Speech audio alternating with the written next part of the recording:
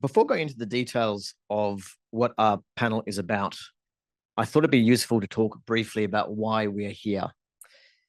I'm sure, like you, I feel like me, you feel that there's so much going wrong in the world right now. For those of you that have worked on labor rights or human rights for the last several years, it feels that every day this system that was established over decades and centuries is crumbling overnight.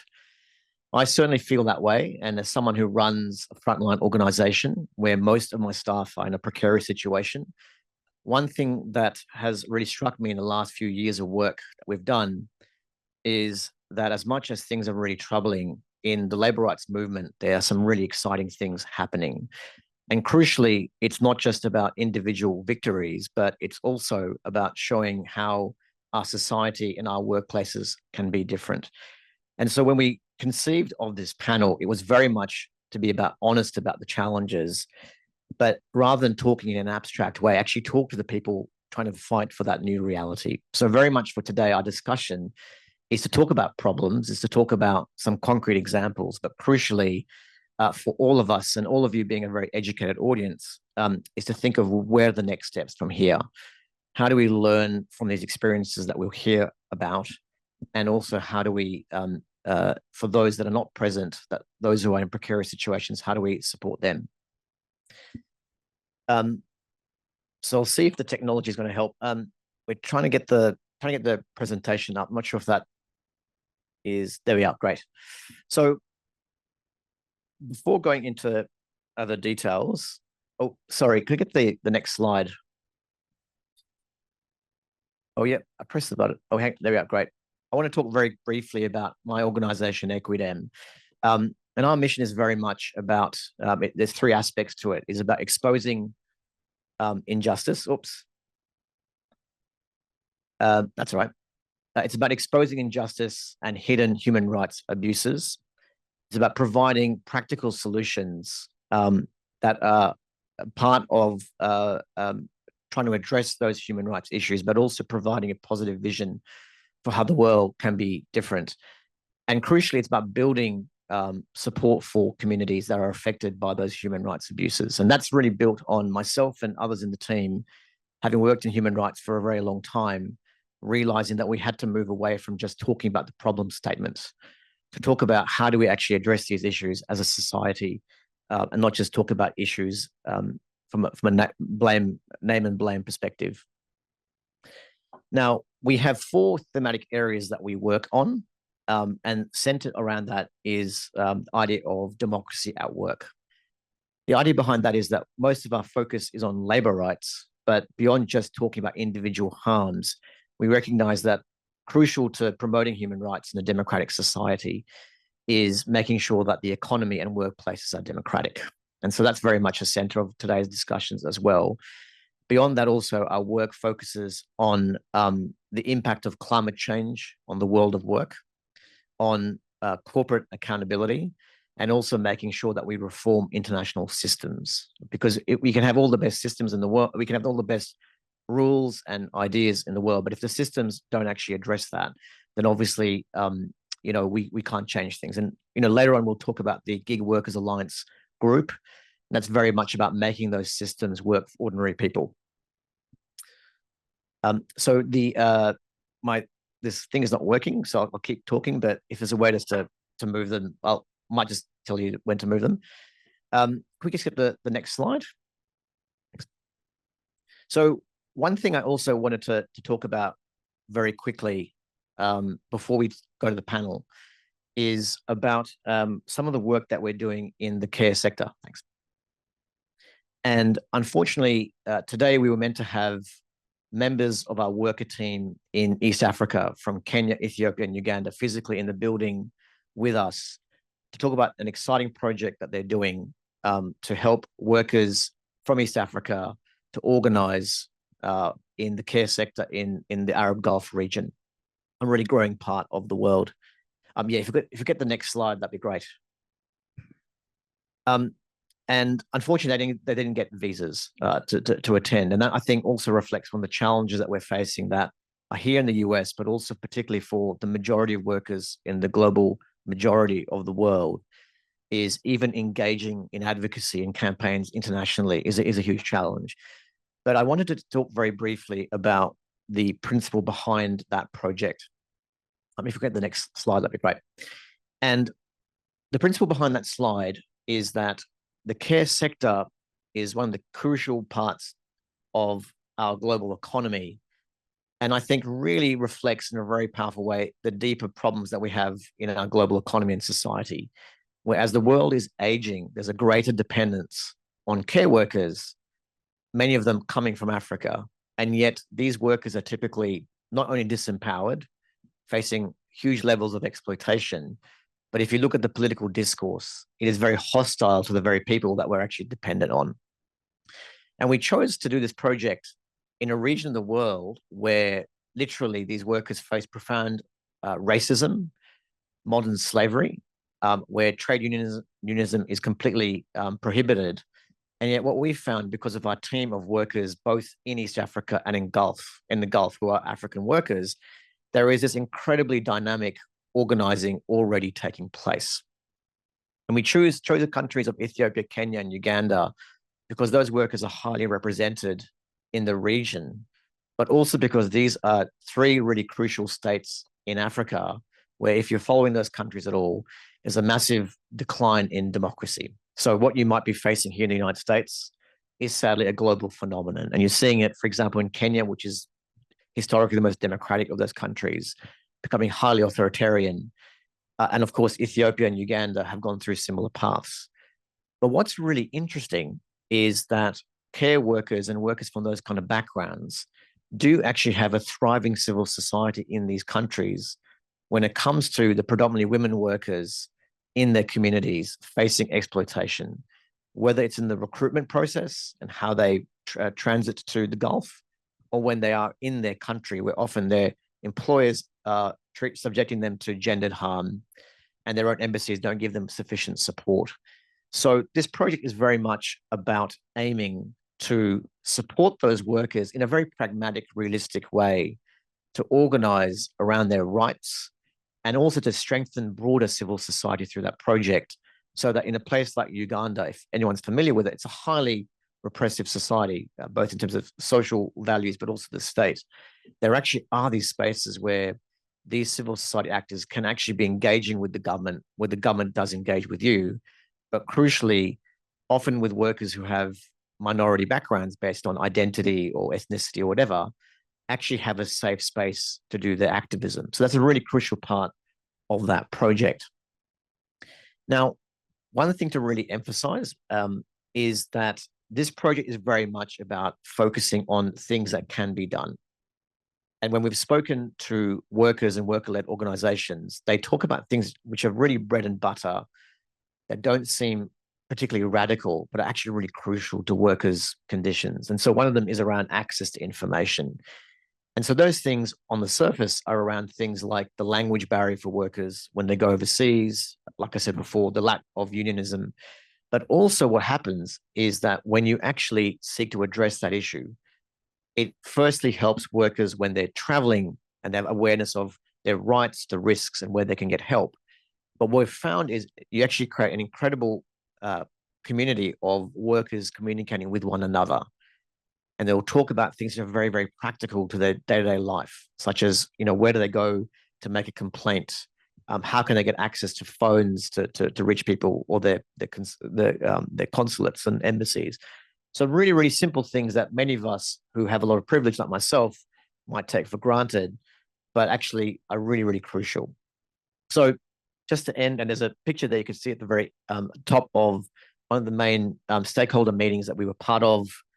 This one was in Kenya, but there were others that we've been doing over the last few months, where there is a really rich, diverse community of civil society. But I have to say, even for someone living in an OECD country, I was really struck by the level of state-level engagement with these stakeholders.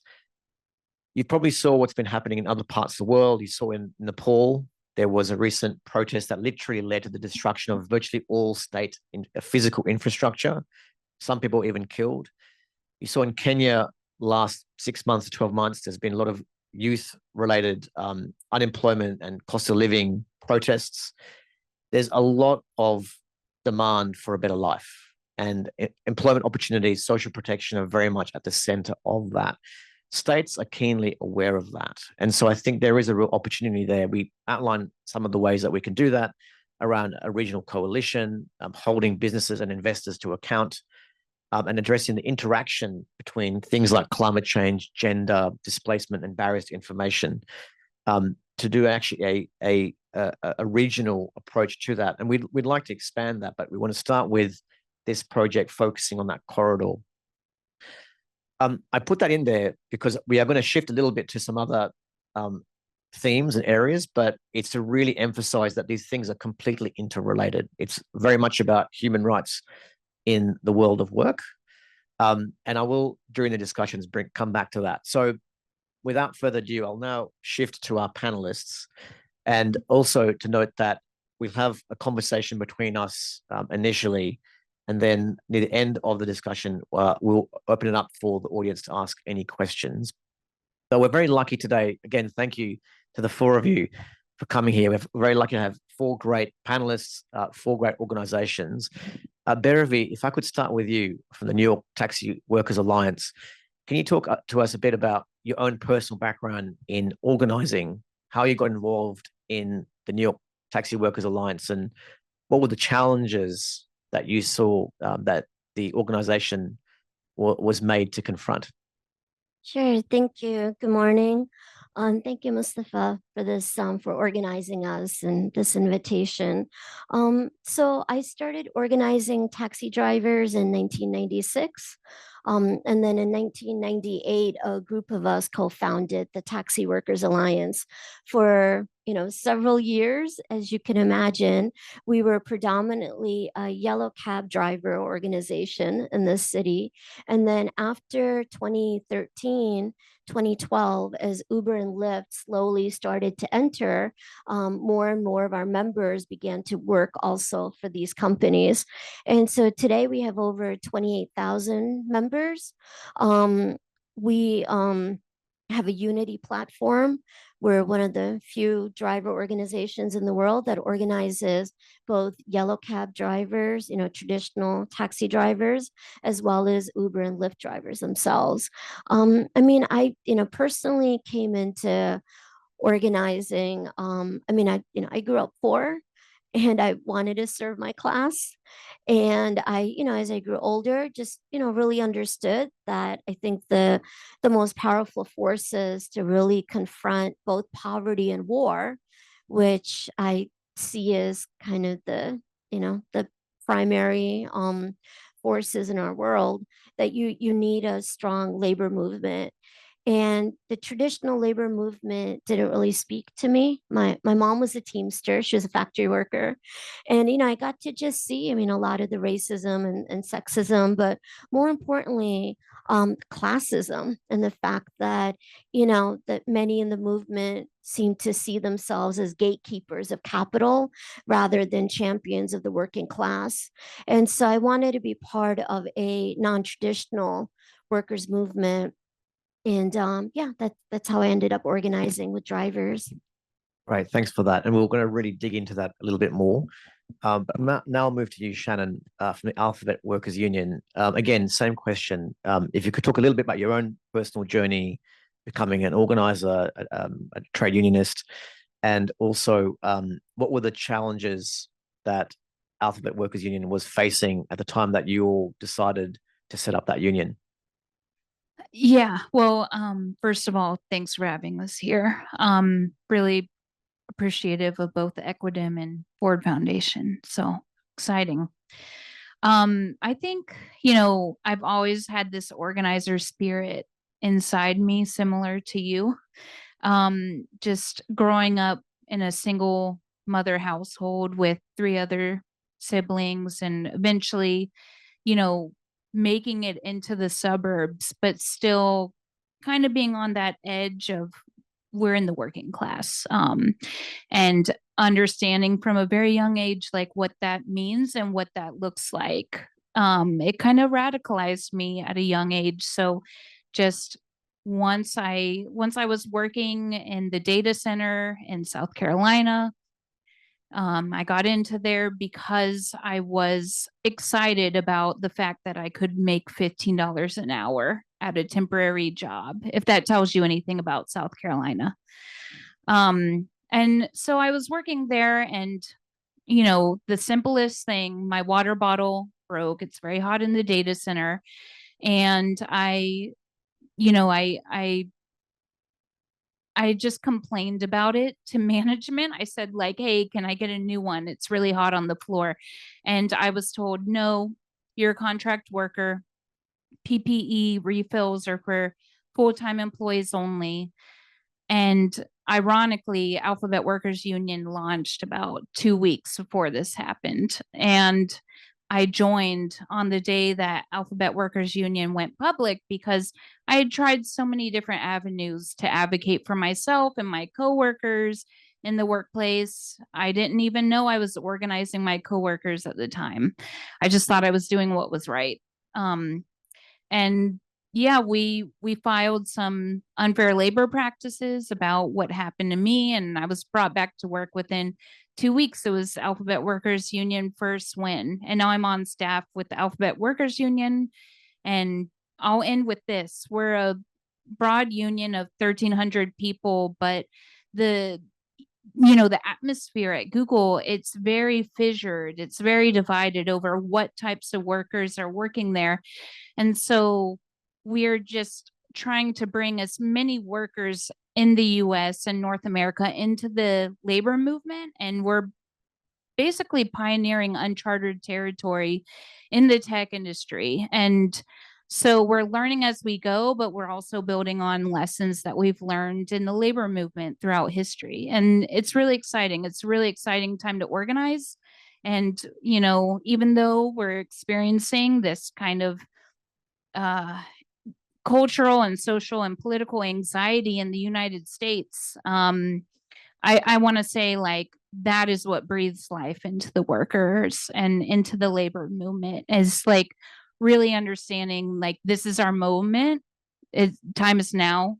We do this now. And that's our way of preserving dignity for workers. So Thanks, Shannon. And again, really keen to dig into that a bit more and what were those victories and what the lessons we can learn. But before I do that, John, I'll turn to you. So you work at the New York Times, and you're part of the New York Times Tech Guild. Now, obviously, with the New York Times, we think of this bastion of liberalism. It's one of the papers of record that we're all reliant on. People like me are probably a lot less aware of what people like you do. Can you talk a little bit about your job and the challenges that you were facing that led to the creation of the Guild? Sure. And I echo the words of my fellow panelists here. Thank you, Mustafa, and everyone here for organizing this. So I'm John Cruickshank. I'm a technical product manager at the New York Times. I'm part of the Times Tech Guild. We're a union of more than 700 engineers, data scientists, data analysts, project managers, product managers. We are the largest such union of tech workers in the United States, with an employment contract, which we won by going on strike the week of the presidential election in November. To answer your question about kind of what brought me into it, or kind of what are the issues but behind it, my answer in terms of the first experience that I had participating in collective action at the Times was actually, so I started in 2020, the week that the pandemic lockdown began, and then it was a fully remote environment. I didn't know anybody I was working with well. My first experience with collective action was the summer of 2020. There was a walkout at the Times over an editorial decision, over the decision to solicit and publish an op-ed by the Republican Senator Tom Cotton called "Send in the Troops." That was a call to send in the National Guard to violently suppress protests in New York during the uprisings in New York. To talk about this after they have sent in the troops, right, in Los Angeles and elsewhere, I think shows the import of those ideas, the decision to publish that. And so there was a mass walkout at the Times, not only tech workers, but workers all over the paper. One day said that was unacceptable, be walking out. And then it was soon after that action that I got in touch with fellow workers in tech on the Underground campaign. I think that's my story, but that was also, I think, sort of a spark that got us to the point where we had a majority we could go public with in the spring of 2021, build into the contract from there. the contract campaign from there and win the contract by going on strike last year. Right. And again, we'll dig into that a little bit more, but that's one thing you can see already that is a common thread is both your personal experiences, finding other workers that are atomized in the same organization, but same issue, but the deeper social responsibility that you have in your society. And again, very keen to dig into that a bit more. Alejandra, turning to you, you're part of Gig Workers Rising, and you're also in Geneva with myself and others in this room, as on the sidelines of International Labour Conference. But we'll come back to that later on.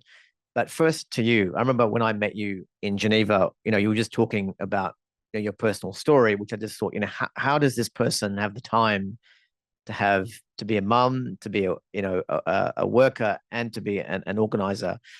So tell us a little bit about yourself and your personal journey and how it led to Gig Workers Rising. Yes. Good morning, everybody. My name is Alejandra. I came from San Francisco. Thank you for inviting me. And I'm working for these platforms for more than 12 years. I decided to work for a driver because I'm single mother with 3 kids. So my experience is I decided to be a driver because we can have more time for my kids. I can drop and pick up in the school when getting sick.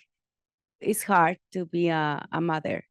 And when I started these platforms, like they pay very good. They have very good wages, like price and rights. And normally I'm working 8 hours, but these couple years now I'm working more than 12 hours a day. So I had 2 different apps. So I turn one and then turn off and turn the other one. Because there's so many issues in California. A lot of things happen. It's hard for the drivers right now because I have very bad issues in California because the Proposition 22, they don't help the drivers. Proposition 22 spent more than 200 millions to pass this law, and they don't help. Alejandra, can you explain what that proposition is about? Yes.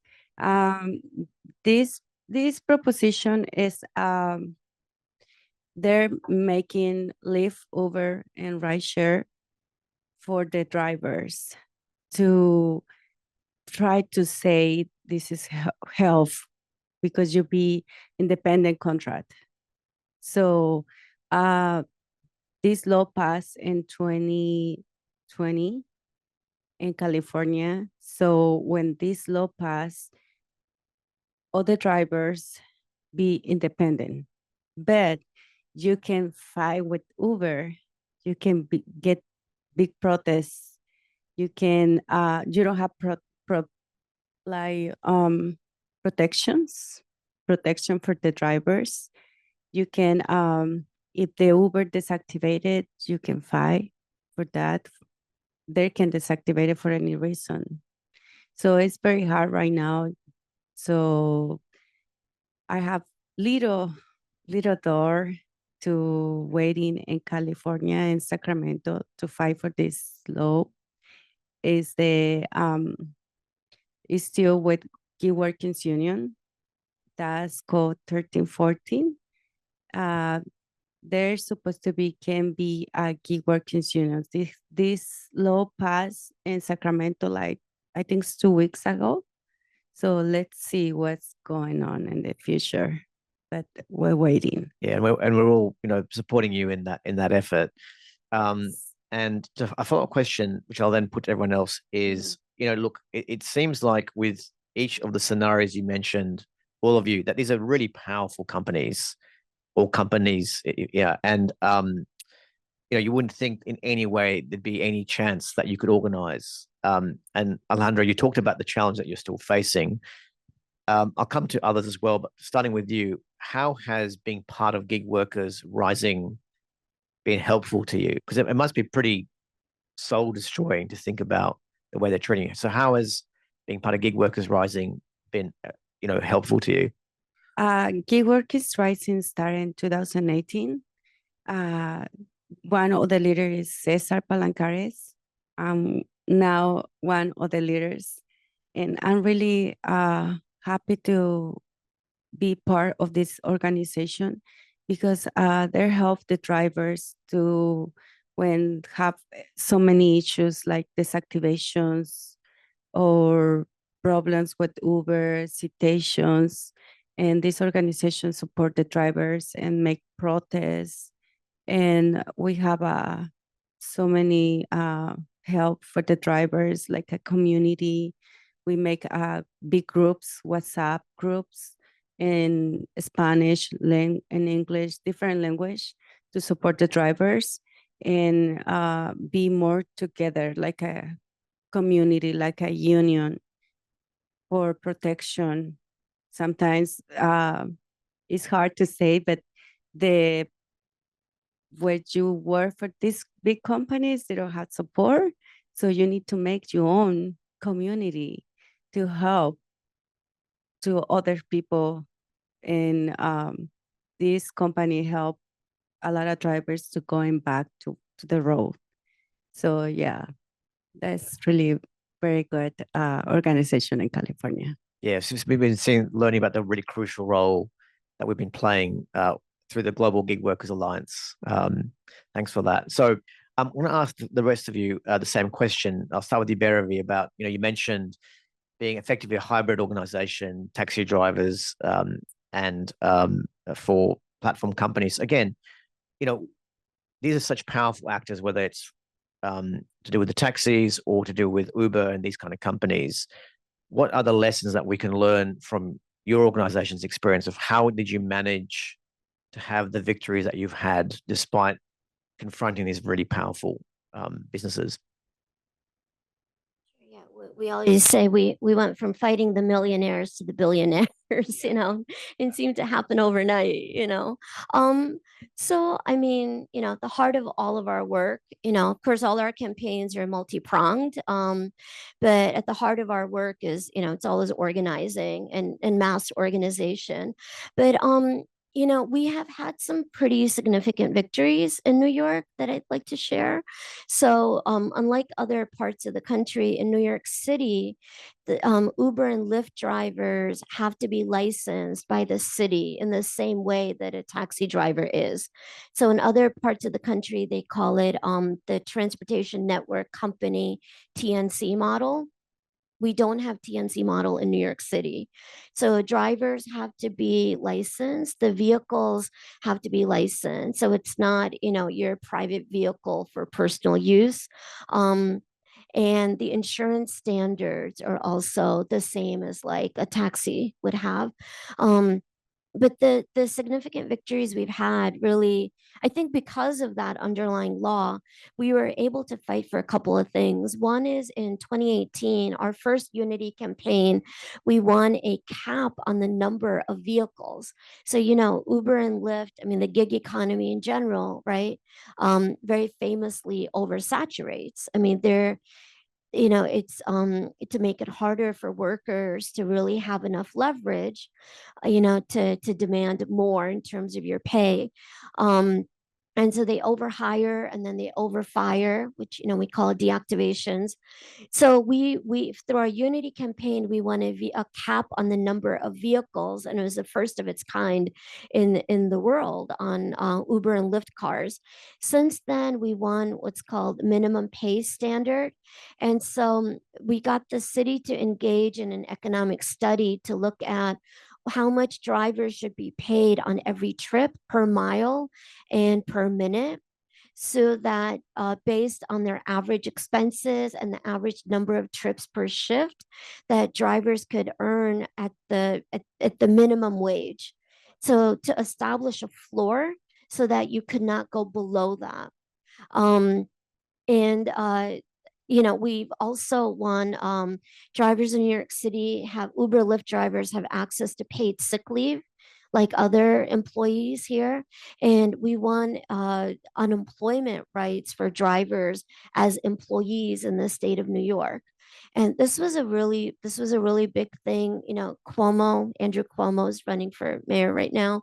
Well, already lost first round, but he was governor, right? He was governor at the time. And two things happened. One is, so at the Department of Labor, we won a ruling that the level of control that the companies exert on the workers, right? I mean, to the point, right, where they even know the speed of the car, right? When you're driving, they directly dispatch to you, and they're controlling your economic destiny, which, the most traditional definition is an employer. And so, at least for the purposes of unemployment at the state, we won that designation. During COVID, the Department of Labor under Cuomo refused to put that into effect. And they were still telling drivers to basically apply as independent contractors. Well, the difference between what you received as an independent contractor versus an employee in New York State was $1,200 a month. A month. I mean, that's, make or break for rent for many working class families. And so we ended up suing him and his department in federal court. In the middle of COVID, we won a preliminary injunction. Not only did the Department of Labor discourage drivers from applying as employees, which was their right, so they refused to enact their own law. We already had a legal ruling that they were employees that the department was not enacting. The companies were messaging drivers, and then the companies in New York have what's called a company union. If the drivers were employees for the purposes of federal labor law, this company union would be illegal. It's a yellow dog union called IDG, Independent Drivers Guild, because they're financed by the companies themselves. They were started in a partnership between Uber and the Machinists Union. And so, going back to, your discussion earlier about democracy, we very much see company unionism, yellow dog unionism as really the new wave of anti-unionism, from corporations. And so the Yellow Dog Union in the middle of COVID, and when one of the two first New Yorkers to die from COVID in New York was one of our members who was an Uber driver. And even in the middle of that, right, we were the epicenter, they were telling drivers, don't apply as employees. It's just a trick. You're really independent contractors. Like, that's how ideologically invested these companies and their paid for agents are, that they would rather see drivers literally die, be on the doorsteps of death in the middle of a global pandemic, right? Instead of informing them about their rights.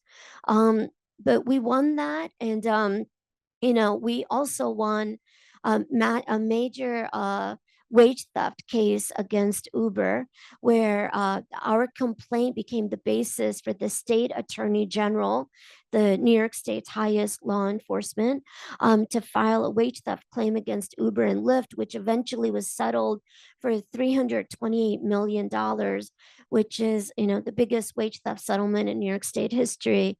And so that was a result of our 10-year campaign, 3 lawsuits.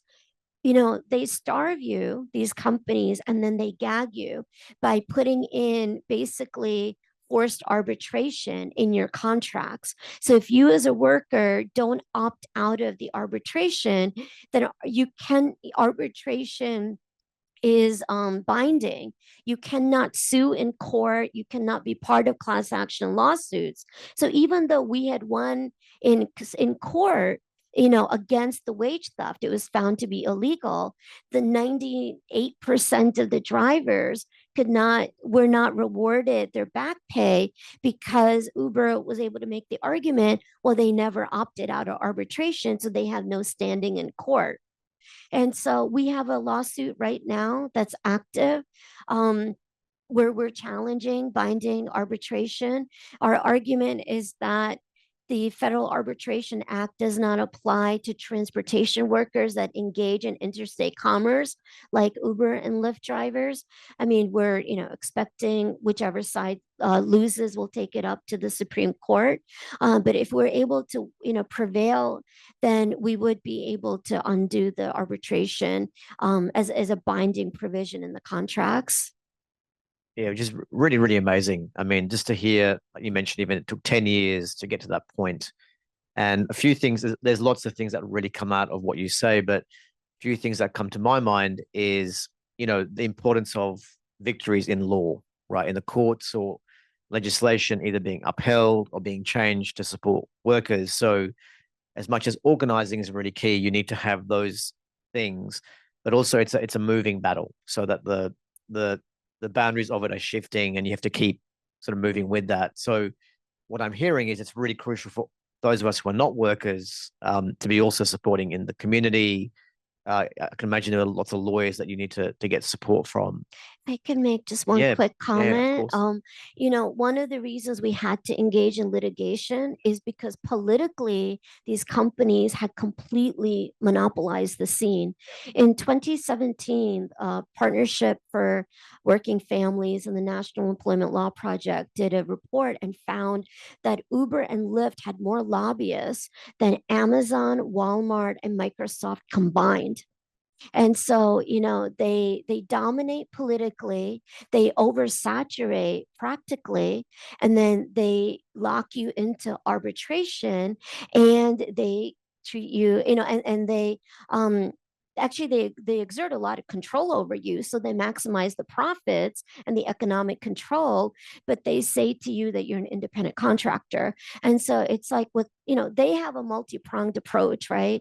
And much of that at the heart of it has been neoliberalism and the bought out governments that have been willing to roll over for capital, particularly for the gig economy, we call the gig lords, where many of their chief strategists come out of both the Democratic Party and the Republican Party, the White House itself, and they have really treated Uber not as a brand, but as a political candidate. Across every city line and state line, across this entire country. And so we have to rely on a multi-pronged approach, to find any opening where we can. Yeah, no, really well said. And I should also add to what you just said is that it's not just a phenomenon in the US. I think the US have a particular experience of it with lobbying, but in any other country in the world, these same companies and types of companies are taking the same approach. But I'd also wonder whether that, despite what you've just said, relative to the amount of resources they're pouring in compared to the resources that you have at your disposal, it's pretty remarkable though. And it shows that actually that these guys are not powerful. I mean, it's very challenging, but they aren't all powerful because ultimately I would argue that they're reliant on your labor to make profit. So there's a lot to really unpack here, but I might go to you, Shannon. It's a similar kind of a question, which is to say that, look, from my perspective, I would think, Google, Alphabet, one of the most powerful companies in the world. How on earth do you actually manage to unionize in a company like that, which I imagine people would die to kill to work for that company? They could easily just go and find some other workers to replace you. From a lessons learning perspective, what are the lessons you think that you have learned that the rest of us that you can teach us around how do you confront an employer or a company like Alphabet? Well, even though we're doing something that I see as pretty new in organizing in the tech industry, what we're doing is actually, a long-standing methodology that other people have tried before in trying to organize at companies that are huge monopolies like Walmart. We just try to take those lessons and apply them here. So, for example, you just said that so many people think that working at a company like Google or YouTube or Waymo is like the golden ticket. And if you watch the internship with Vince Vaughn, when that came out, you would think so, because they marketed the company to look like you are basically not at work while you're at work. You're eating ice cream, there's free Choco tacos everywhere, there's nap pods, all of that. And, Google might have been one of the first companies to really like use this, not just to market to potential employees, but to the general public.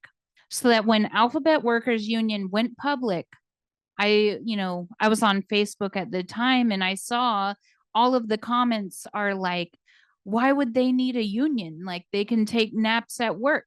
So this is intentional, the way that they structure the employment model. This is an intentional way of not just getting workers to feel placated, but the general public. So that when there's any criticism of these companies and their human rights abuses, labor abuses, and things like that, there's always someone who's like, well, what about the free lunch? So that does make it a challenge. Equally so, the company segregates the workers into a modern day, like, there's a movie coming out called American Sweatshop about content moderators. And I've had reporters refer to some of our workers, also some of the workers in Kenya, doing content moderation as being a part of a digital sweatshop. And I want us to really think about how tech workers are a part of the production of a product that we are consuming on a daily basis that we think is free. It's free to check our Gmail. It's free to use Google Drive until you have to buy more cloud. But nothing is truly free.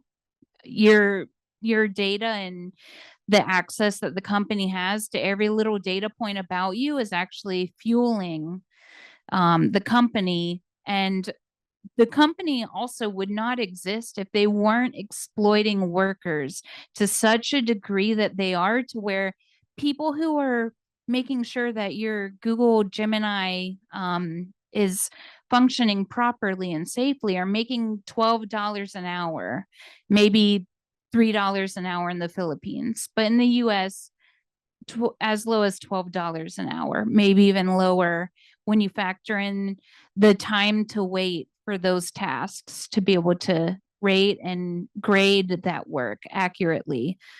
Similar to the gig worker style economy with Uber and Lyft and the work that you guys are doing, a lot of our workers are experiencing the same conditions, but they're W-2 employees. And they are also deactivated suddenly when they're either taking too long to check the quality of the information that we're consuming. They'll be deactivated for that, or they'll be deactivated for reporting that it is hate speech or revisionism to say that Hitler won World War II. And this is the kind of company that touts itself to be amazing because there's free ice cream. So, I don't want to just say like, boo-hoo, there's a bunch of workers out there that are exploited. I think the exciting part of this is that this company is so precious to the people on Capitol Hill and to a lot of billionaires. Like, we could actually take their precious company from them and give it back to the workers. So that is like what is really exciting about this organizing for us. Yeah, no, I totally agree with that. And my organization, Equidem, has come out with a very large report on content moderators and other AI-related, data-related roles. And having spoken to a number of the global union federations, one thing that they've said very clearly is, they're ultimately at the very top tier is about 5 or 6 major companies. There's lots of third parties that they rely on. And then, of course, they tend to hire a lot of the workers themselves. But, ultimately, there are a few companies at the very top that are therefore quite vulnerable to campaigns, and the opportunities to organize are really significant there. So I totally agree with you there. The other thing I think that really strikes me from what you and Bhairavi said is that, you have these companies that, when it comes to their product and their service, have a meticulous level of knowledge, but every morsel of it. So, for example, in the garment sector, they'll often be able to do DNA testing on the cotton, the dyes, and yet they claim they can't tell you whether the workers are in extreme heat if they're not getting paid on time. And similarly with your sectors. So I think there's that element there. Mindful of time, I'm very keen for the audience to get a chance to speak. But John, I wanted to ask you a question about with your guild and your workers. Correct me if I'm wrong, but my understanding is that there was a time that the New York Times wanted to replace your team with AI, and that the guild was really instrumental in not just preventing that, but also demonstrating that, in fact, despite what we hear about how AI is going to be replacing jobs, that in fact, human beings are heavily dependent on those workers. So could you talk a little bit about that, about both the experiences that the guild had, but also what are the learnings for us broader as we see AI and automation shifting the landscape, and of course employers and business owners using that as an excuse to weaken or remove weaken workers' rights or remove workers altogether. So if you could talk to that. Sure. So I think what you're speaking to is a sea change that we're seeing across the tech sector right now, where, I mean, we talk to workers, our comrades in AWU, across other tech workplaces, tech giants, workplaces similar to ours. And what we hear about is this change in working conditions that is sort of overall and for the worse, coming behind this push to integrate AI systems, to adopt AI tools. AI usage is all but required, and in many cases it is now explicitly required for tech workers. And this is a push that is being sort of predicated or rationalized by this idea that AI should be driving spectacular productivity increases, right? A 10x engineer should become a 100x engineer, or else. And I think what we're hearing about, what we're experiencing for ourselves across the sector, is that it is a push that comes with these certain characteristic effects of longer hours, a speed up, the more intrusive surveillance, the prevailing threat of layoffs, and intensified what our bosses call performance culture. So less equitable pay, more aggressive efforts to discipline out workers, right? And so this is, I think the striking thing about this is that these are the same things that tech in the workplace have been doing to so many other workers, other categories of workers in the value creation chain, for a long time, right? All of this is being pointed back at tech workers in a new way. And so I think there's an opportunity there to fight battles on each of those fronts, right? In our union, I mean, winning a contract, we've won just cause protections, right? That's made a transformative difference in terms of management's ability to discipline us out. We have, by building up collective control with each other, kind of on the level of the work team, we've been able to beat back efforts. For instance, we won in our contract language capping on-call hours. This used to be free, unlimited labor for the company. Now it's capped, but the company will try to avert that cap with, category of voluntary on-call. And so it's workers getting together, talking to each other, building up a culture of collective deliberation that is not subject to the hierarchies of the boss. That has been the thing to beat that back. And so I think in fighting those battles, what we also hopefully recognize at the same time are these threads of solidarity between, all workers now are facing more and more of these similar kinds of assaults. And the only power that we're going to have when all of these moves are, they talk about productivity. What is actually happening is a reorganization of the workplace in terms of control, right? It's an attempt to shift control from workers to management, to capital. And the only way that we combat that is by organizing together, by coordinating actions. I mean, I think the way that we coordinate collective actions, that we can withhold our labor together to maximum effect in workplaces that have been reorganized by these technologies, that playbook doesn't exist yet. We have to write that playbook together, and we have to put it into action. And so I think that's what we see as our role in, a union of tech workers like the ones that we are, is being part of that larger project. Yeah, that's a really, really crucial point. And I think it's a really exciting opportunity that if those in the audience as well, we can really build on it and think of how can we support you in doing that. So thank you for raising that. So I'm keen to go to the audience, but before I do that, I'll go through the panel. John, you spoke very powerfully. I'll go back to you, Bhairavi, just to one final statement about what's your final message for the audience here and online in terms of a campaign or any kind of support that we can give to the efforts of your alliance. Right. Well, right now in New York City, we're working on a campaign on just cause. We have a bill at the city council level, which is getting ready, hopefully for a vote, to really give drivers the rights under the law for just cause, a proper notice. Because right now, Uber and Lyft can fire you for any reason at any moment in time. And there's no independent appeal. And what's significant is that unlike other workers, drivers are bearing the cost to go to work every day, right? Like drivers pay the companies, they're paying for the expenses, which really should be borne by the companies before they make any money for themselves. And so when you are deactivated, it really has long-term implications for debt and very crisis poverty. And so we're in the middle of a campaign right now to win this legislation that would give drivers very strong protection, similar to what fast food workers have in the city right now. But really, honestly, the other thing I would say is, the other hat that we wear, it's not directly connected to this work, but the other hat that we wear, Taxi Workers Alliance has always seen it. We're a movement union. We're a class conscious, militant movement union. And we've gone on strikes. We've shut down bridges. We did a strike at Kennedy Airport against the first Muslim ban when Trump was first elected. We also came out with a statement calling for a ceasefire.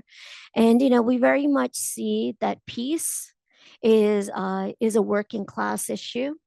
They say war is a rich man's game. Well, peace is a working person's issue. And so we do see a real urgency for the labor movement, for the workers' rights movement, for forces of democracy to understand how how authoritarianism also interacts with, particularly the genocide in Gaza that our country is directly funding. And so that is the other issue that for us as a union that we hold very close to our heart. And I think that, we would really, I think for us, the most important thing is how do we call upon the US labor movement to be a more movement oriented movement, and not just about institution and organizational enrichment and organizational power. The power should belong to the working class as a whole, and the way we unleash it is by organizing our organized members to fight for that better world. I don't think that we can change the forces of authoritarianism and increasing war in our country. Immigration is an economic policy. It's not just a human rights policy. We as a labor movement have to be on the forefront of these issues, not only because of our members' lives literally depend on it, but because when organized, we truly are the most powerful force to create a better world. And so even though, we're an affiliate of the AFL-CIO, we're not a traditional union because our members haven't won collective bargaining recognition as employees under the federal labor law, but we see ourselves as a union because the workers the workers have built our organization, they finance our organization, they fight for power, and they do it through solidarity, and that's what a union is. And we really see fundamentally the role of unions as being very key to changing the very dangerous tide of history that we're all facing right now. Yeah, really powerful and wise words. I mean, if you look at your history, democracy happens because of the labor movement, and not just in the US or in the Western world. Labor movements and economic power. Think of the Quit India movement in.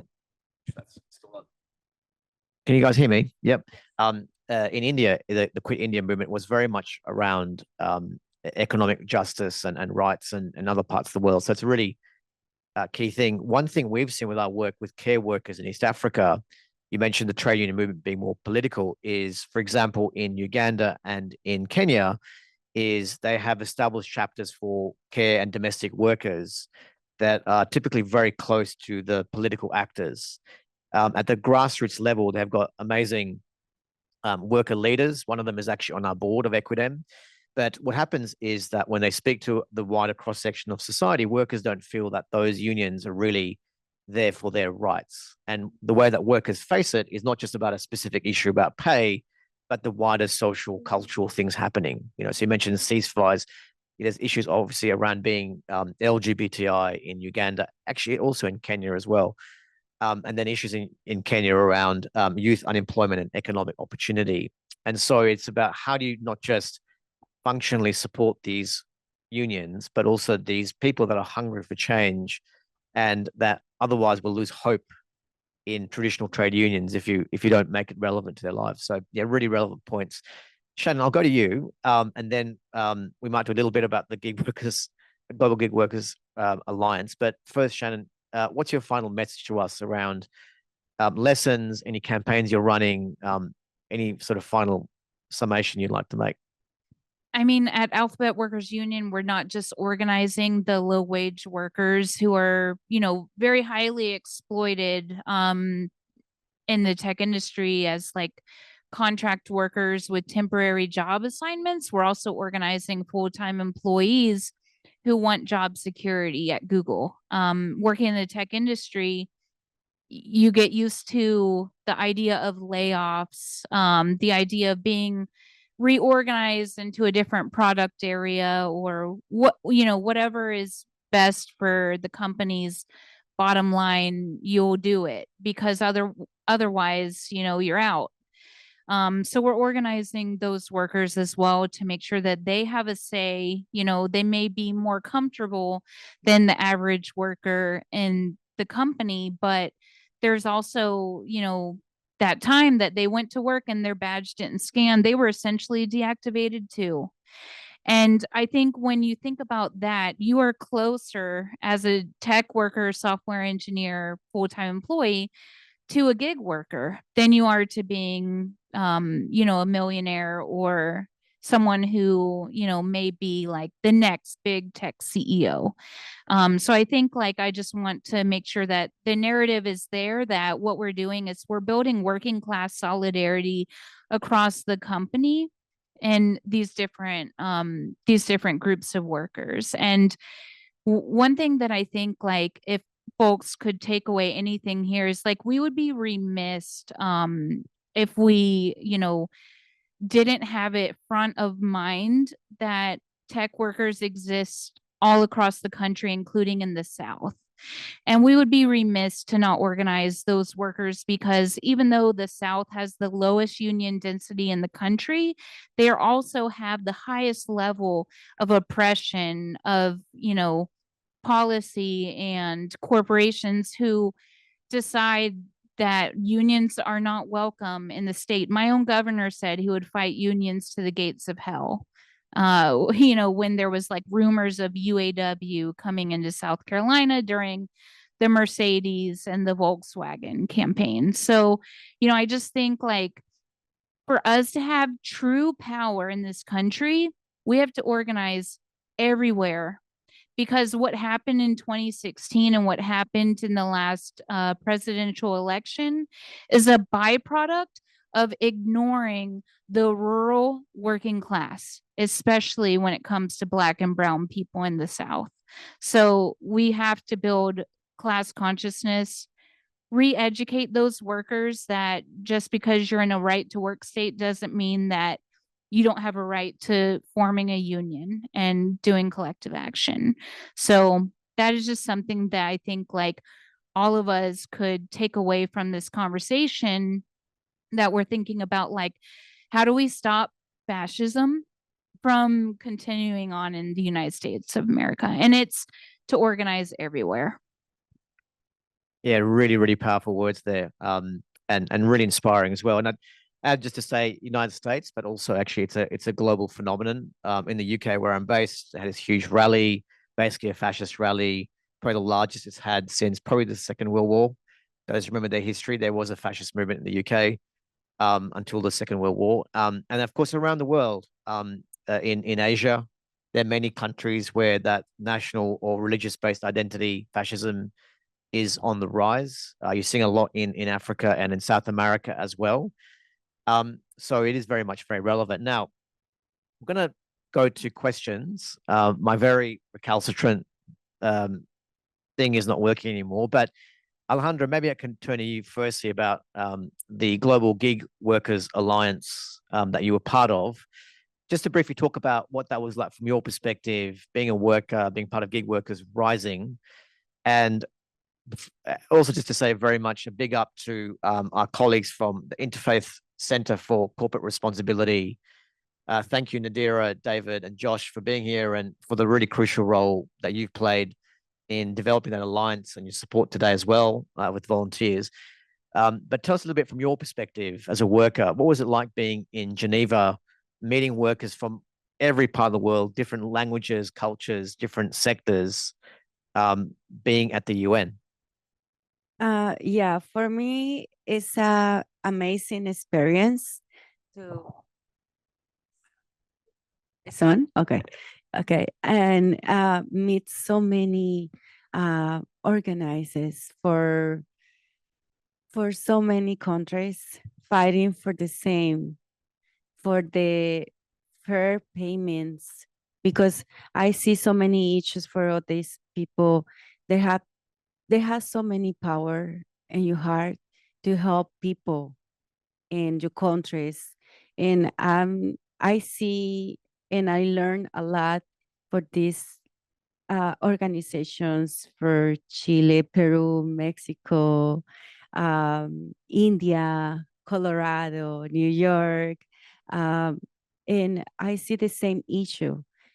The big companies take the control, but they don't know that these companies make very good money because the workers work hard for these companies, and they don't care about the needed or or the problems you have in the back.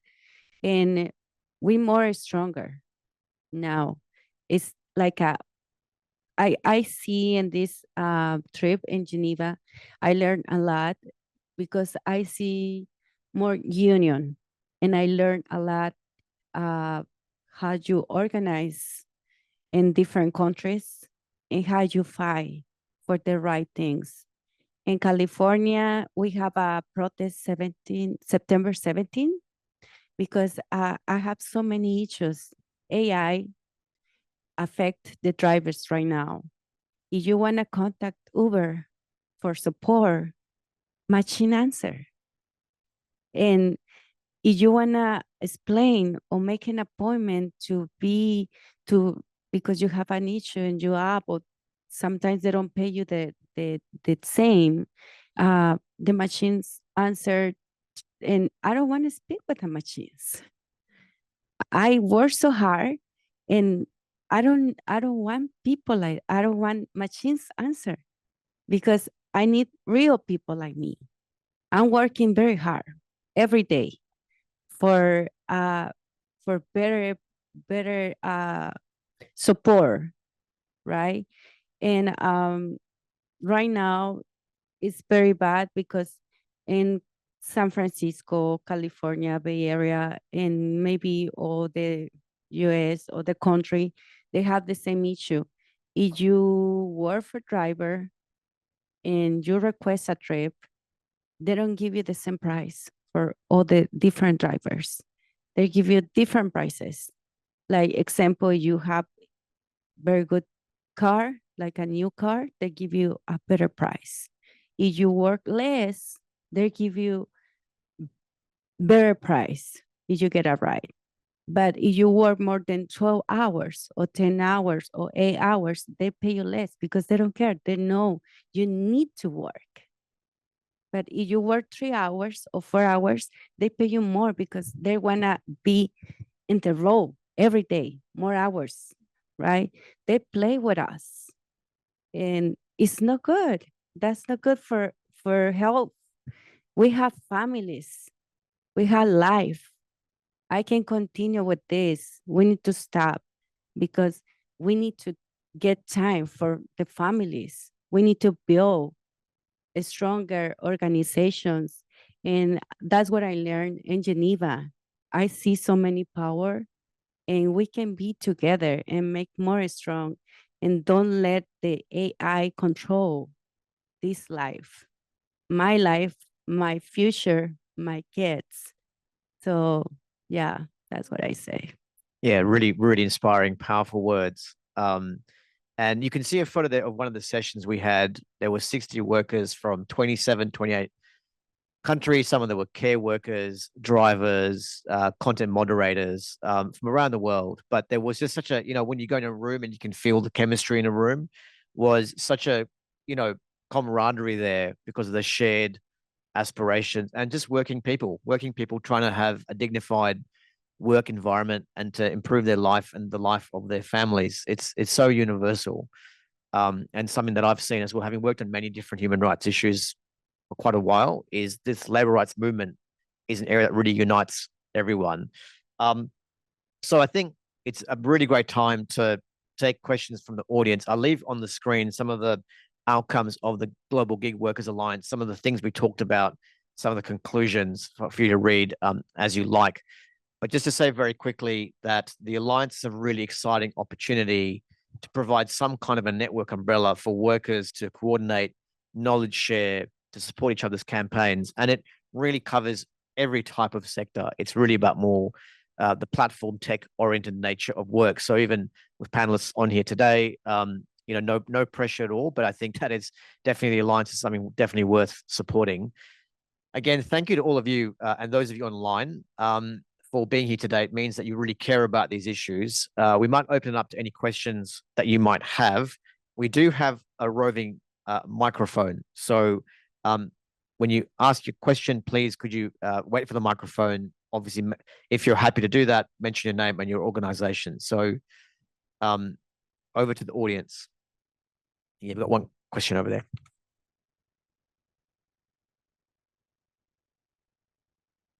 Hi. I can hear. Can't tell. Hi, I'm Tanya Burnett.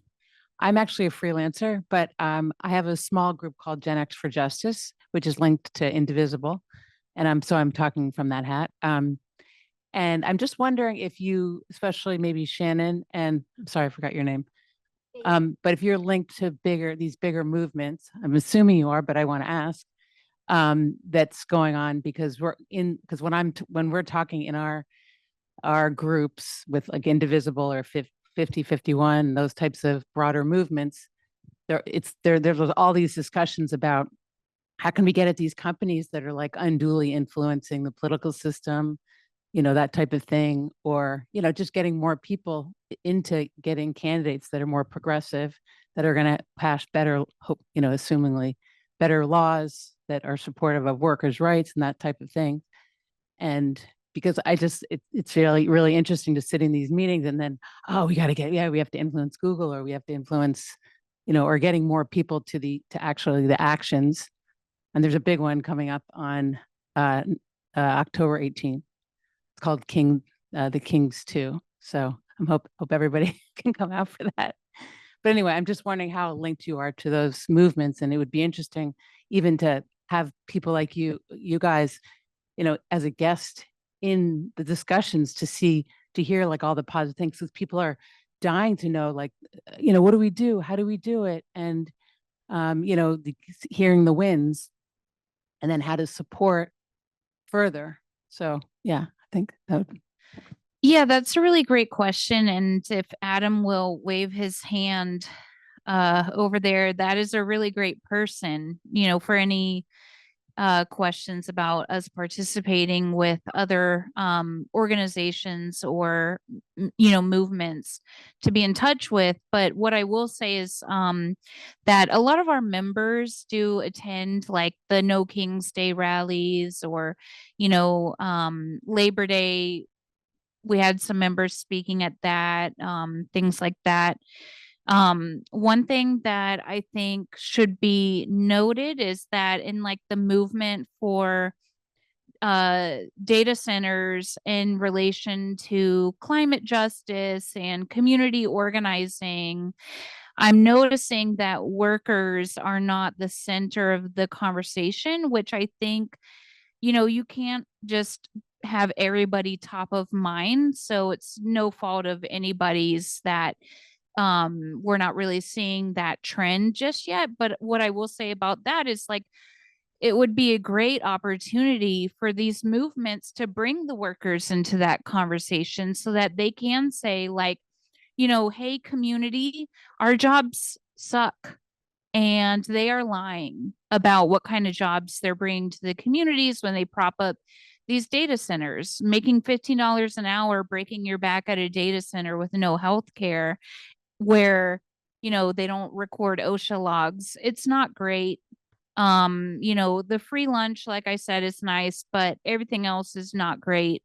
So I do see like the need for community organizing to pair up with the workplace organizing.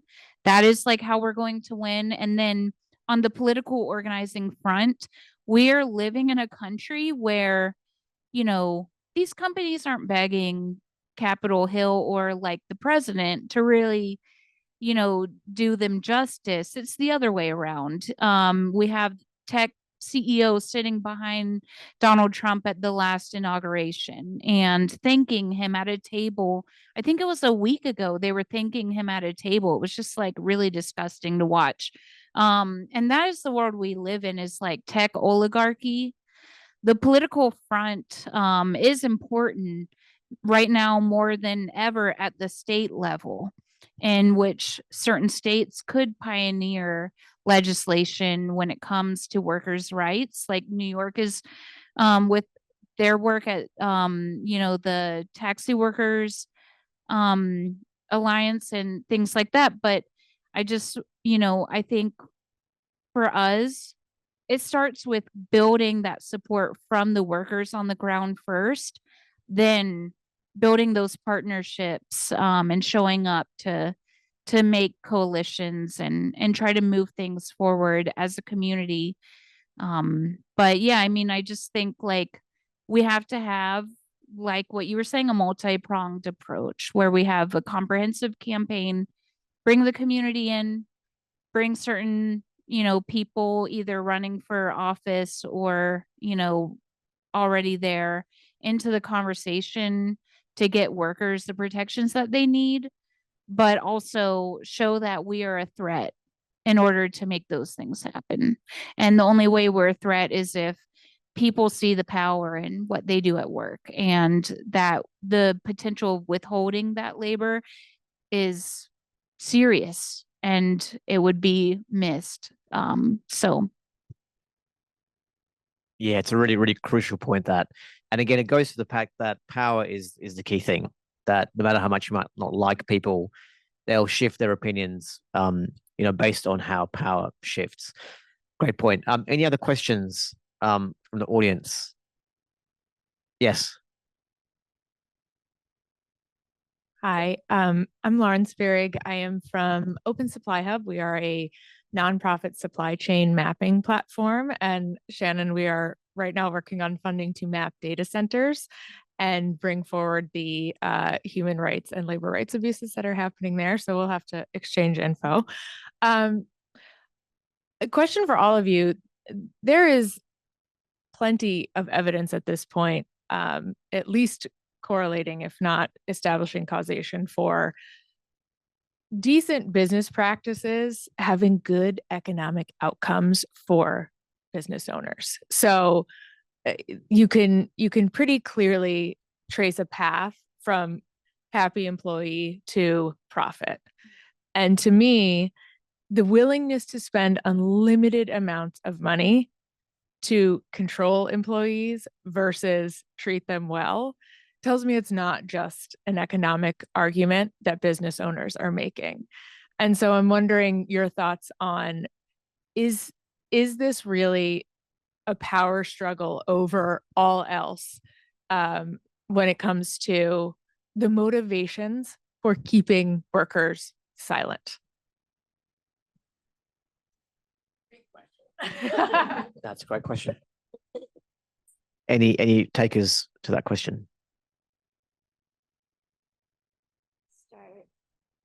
I mean, I think it sounds like what what you're getting at is, most of this is just, it's ideological, right? Yeah. And I mean, we see it every day, I think in our work. I mean, just going back to like Alejandra's example before, that yeah, if you're working 12 to 13 hours, then they use, what Professor Vina Dubal calls algorithmic wage discrimination to pay that worker less, right? When you would think that the common sense business response would be, oh, this is a worker that's really dedicated to this job. They're working longer hours, so they're likely better skilled at this job, right? And they're responsible for generating more revenue. But instead of rewarding it, it's literally the very opposite. And I think honestly, a lot of it comes down to a real dehumanization and a real disdain for the working class, right? I mean, how many years Uber has been saying, Travis Kalanick, the founder of Uber, a very famous saying, he used to say, this is like over, 10, 12, 13 years ago. He said, the only thing that costs us money is that dude in the front seat. And eventually we're going to get him out. I mean, their entire empire has been built by drivers. There are drivers who have committed suicide, not only in New York City, in South Africa, in India, in other parts of the world, from the economic despair of this business model. But the workers are so dehumanized, for many of these corporations, and for for the people in power, that that that they don't see any kind of a social responsibility or any kind of a human responsibility, to the workers. And I think that's absolutely ideological, much more, yeah, because it doesn't, it goes against all the business instinct that, one would really expect. I can maybe build on that by saying, I think this also goes to a point, and Alejandra, you touched on this also, like thinking about like work hours, right? Thinking about like having our own time. I think it is more important than ever. And it's so hard when we're fighting fascism, when we're fighting all of these assaults in the workplace, to hold up our own positive vision for what we need the world to be as workers. But it is so important to do that, right? I mean, I think in terms of like doing tech workers organizing, right? Tech workers have to be really sharp. We have to have our own vision on what technology should be for, what it should do in the world, right? That this way that it exists in our political and economic system, where it is, more technologies that generate more productivity are leading to longer hours, are leading to more precarity, are brutalizing people around the world, are piling up fortunes for very few. It does not have to be that way. We can insist on a world where, when there is already enough for everyone to have enough and much more free time, where that is the way that we rearrange society. And I feel like our task in all of these organizing battles, approaching it as a movement, is very much to rearrange the world in that way. And we have, but that vision has to come from us. It'll be good for them too, but we've got to hold on to our own version of it. I want to mention something. The California have the CCPA, California Consumer Privacy Act, in the state of California. This collect information for all the drivers, and you can request this information and let us know how to use, because that's exactly that's working for the drivers right now. Their users for depends how many hours you work, and he knows everything about you.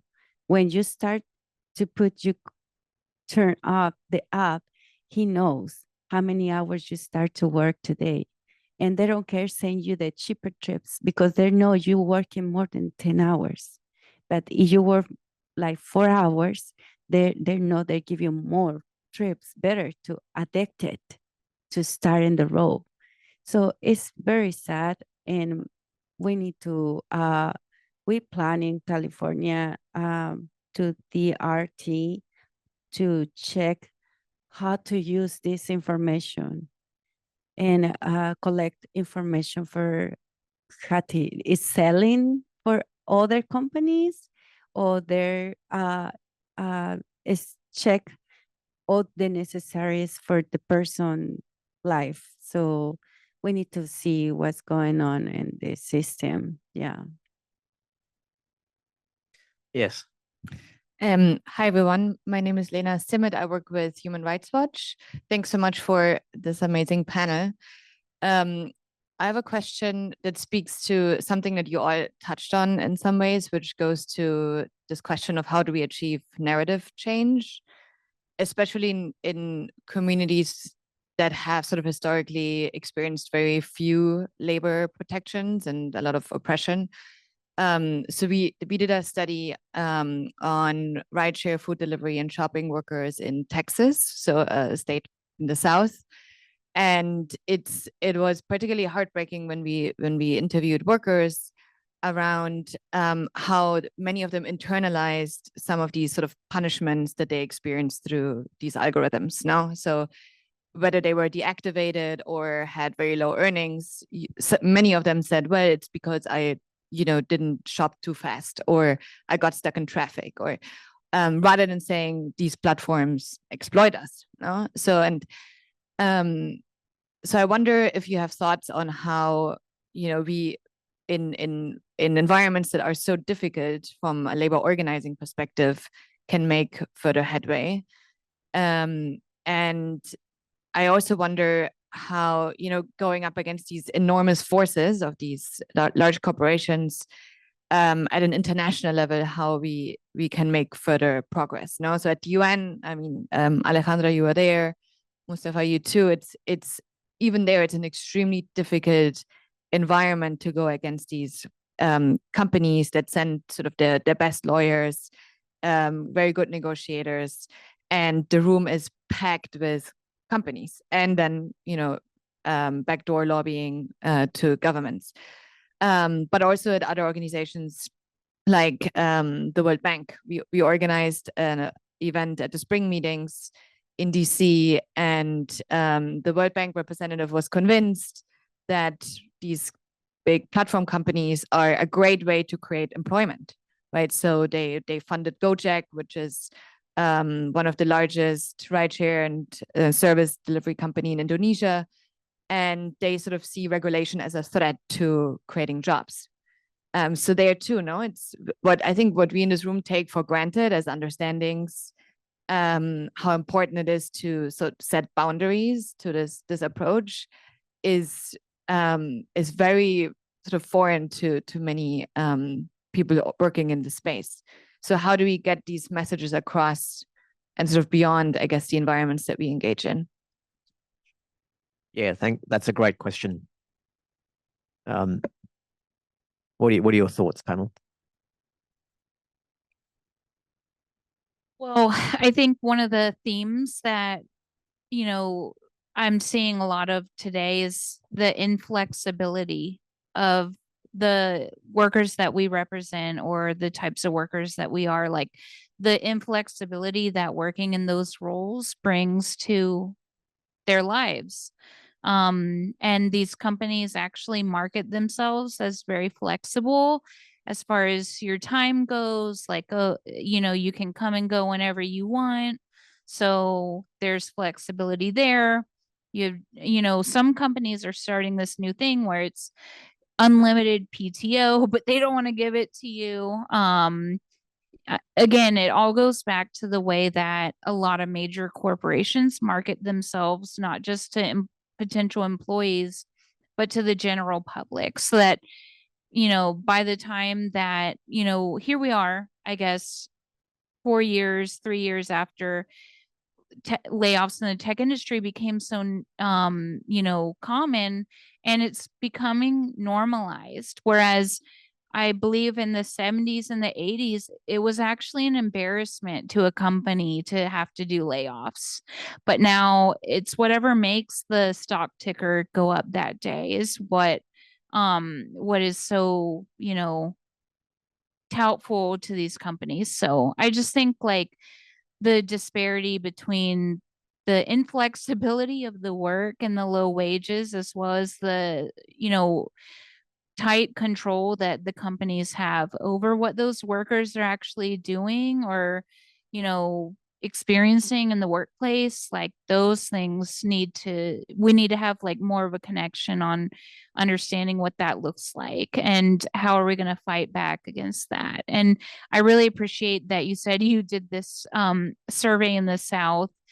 I think it's so necessary. And we have a report coming out in a couple of weeks about data workers in the tech industry who actually do content moderation, and they rate the accuracy or inaccuracy of AI output.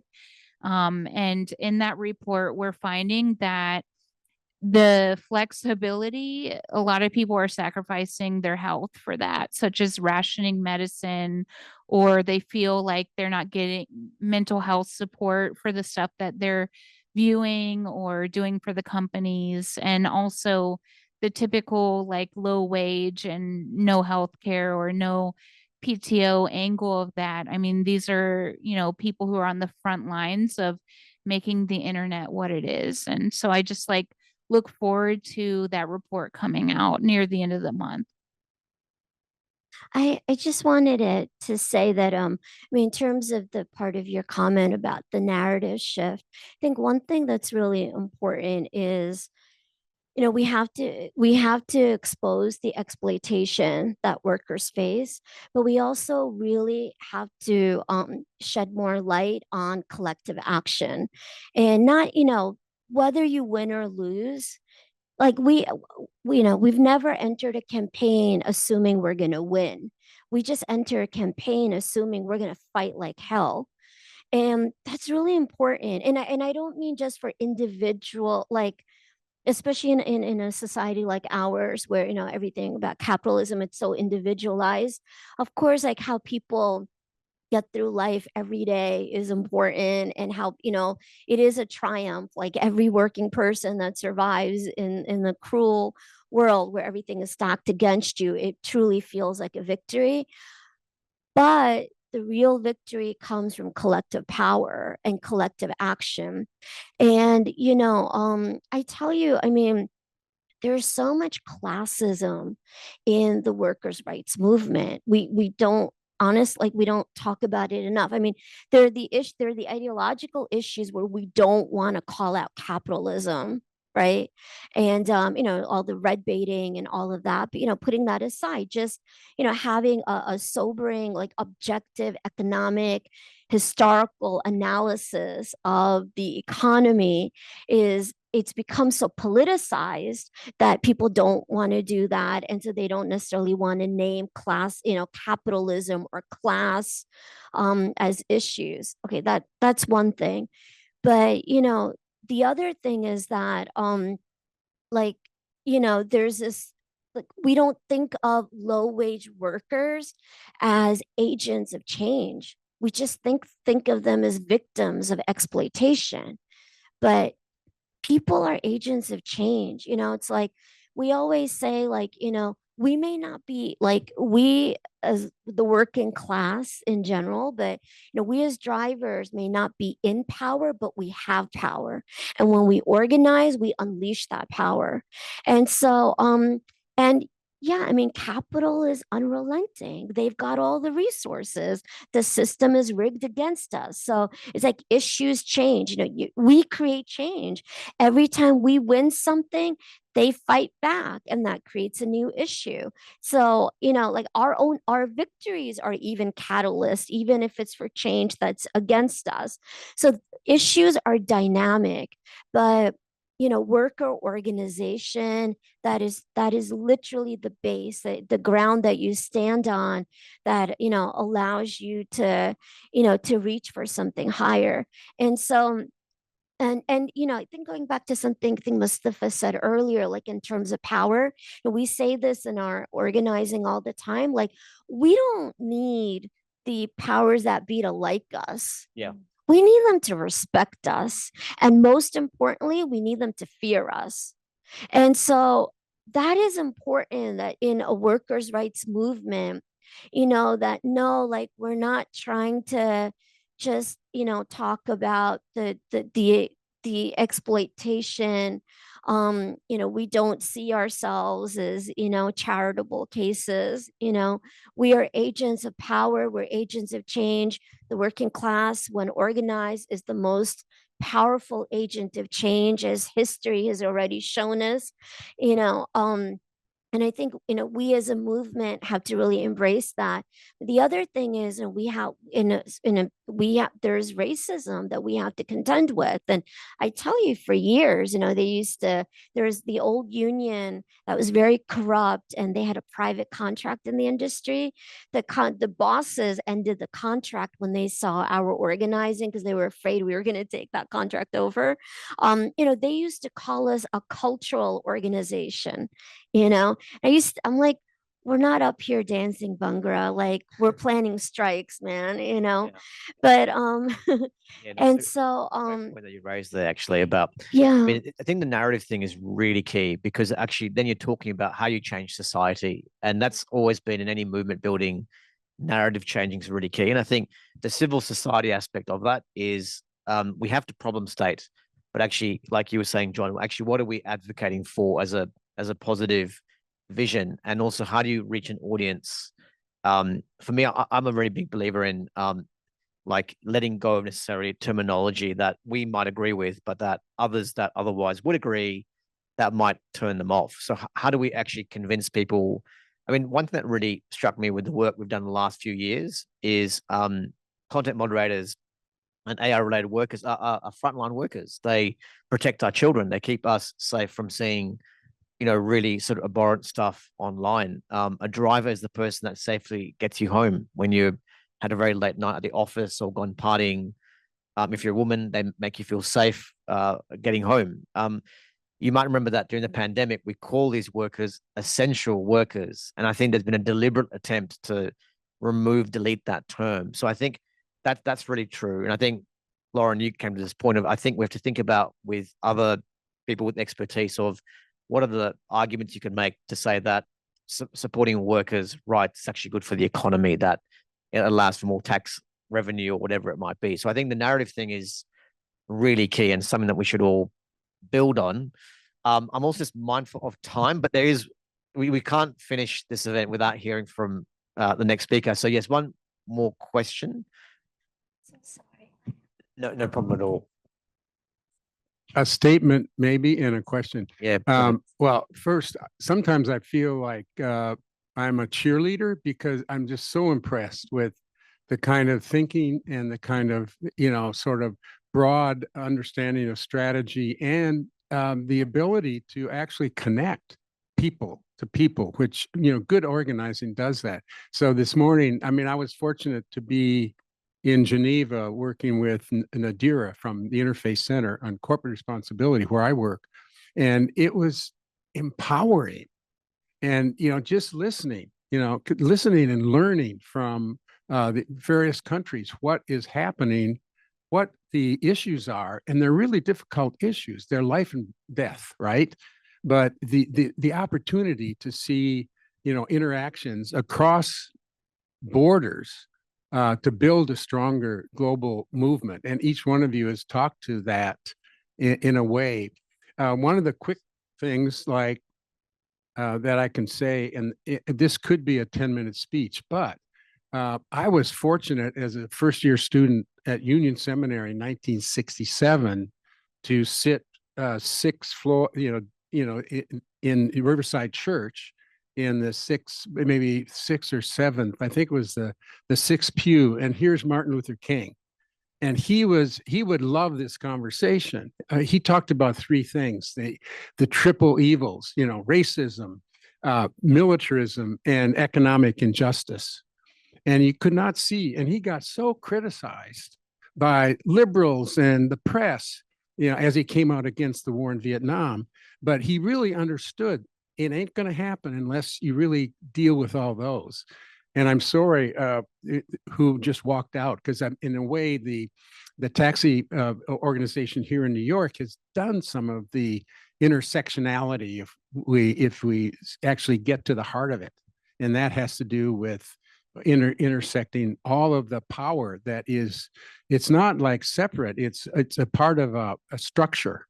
So thinking about that, and I just wonder how maybe all of you have talked about it, so we don't need to answer a question, but it's the how to get to some of the larger issues, while this is driven by some very concrete. I mean, I'm working too hard, I'm a mother, I have 3 kids, and that's an issue. So how do we get from there and connect it to the larger intersectional issues that we really need to make a huge difference? Yeah. Can I say very quickly, being very naughty here, sort of abusing my role? I think that's so spot on. And I think that fundamentally for me it's that we're rebuilding the bonds of community, because the systems that we've got right now, they're atomized. And I think a lot of the issues you see in the world are about people feeling alone, and they're losing their sense of identity. And if you look at this room, our panelists and all of us and the work that we do, we come from really different backgrounds, but we actually are a community of shared values. Even though most of us have never met each other before. And I know I'm being very corny, but if you look at children playing with one another, they don't have the kind of boundaries that we create as we get older, because ultimately there are differences, and there always will be differences. But like the commonalities are just, they're always there. We saw it in Geneva. I think in the work that all of you do and that everyone in this room does, you have that there. And then it's about how do you turn that into something that's very practical, that wins battles, narrative, specific, industrial disputes. But I think that's spot on. And one thing just to say about David is someone who actually has been doing this work for multiple decades. So we have to be listening to those elder statespeople that can probably tell us that as much as this looks like a new battle, it's actually an old battle that's been going on for a very, very long time. We are out of time. I want to thank all of our speakers for a really inspiring conversation. We're here to support you in any way possible. Please keep in touch. And thank you also to everyone online and everyone in the audience for making it today, for bearing with the registration process and all that kind of stuff. Really appreciate it. And let's keep going. Let's keep going. It's just a start. It's really exciting. I'm really energized by this. So thank you to everyone for today. Thank you.